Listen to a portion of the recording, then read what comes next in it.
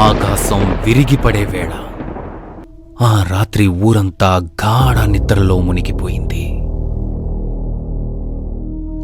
మనసు లేని క్రూరత్వంతో తిరిగే నరరూప రాక్షసుల రాక, క్రూరత్వానికి ప్రతిరూపమైన దుర్మార్గుల అడుగులు చీకటిని చీల్చుకుంటూ లోపలికి చొచ్చుకెళ్ళాయి.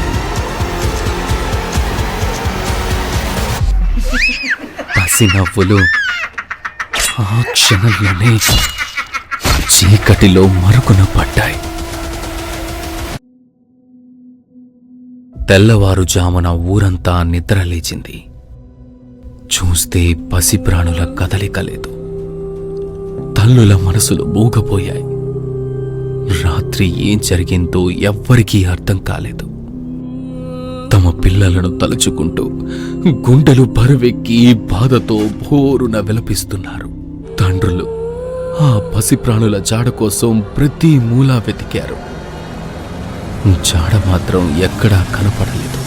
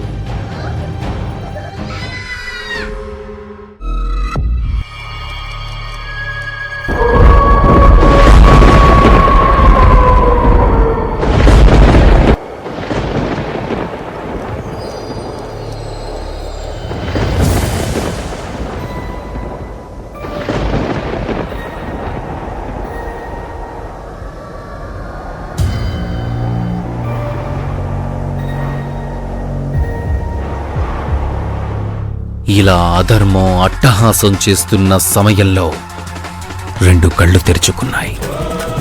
జరగబోయేది ముందే చూసిన ఆ కళ్ళల్లో నుంచి రక్త కన్నీరు కారింది. కోపం పెరుగుతోంది. ఆ కోపం ఒక జన్మగా మారింది. 3వ కన్ను తెరుచుకుంది. అది నిప్పులు చిమ్మితే ప్రళయం, అది వీక్షిస్తే మారణ హోమం. విధి కదలికలు మారుతున్న ఆ క్షణంలో ఓ తల్లి ప్రసవ వేదనతో కేకలు వేస్తోంది. తెలియని భయంకరమైన దుష్ట శక్తి ఆ పుట్టుకను ఆపాలని ప్రయత్నిస్తోంది.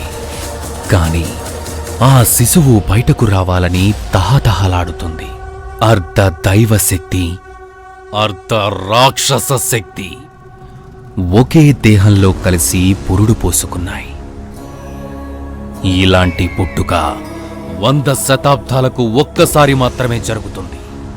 ఇది సాధారణ జననం కాదు. మంచి చెడు సమబలంగా చేరినప్పుడే ఇది సంభవిస్తుంది.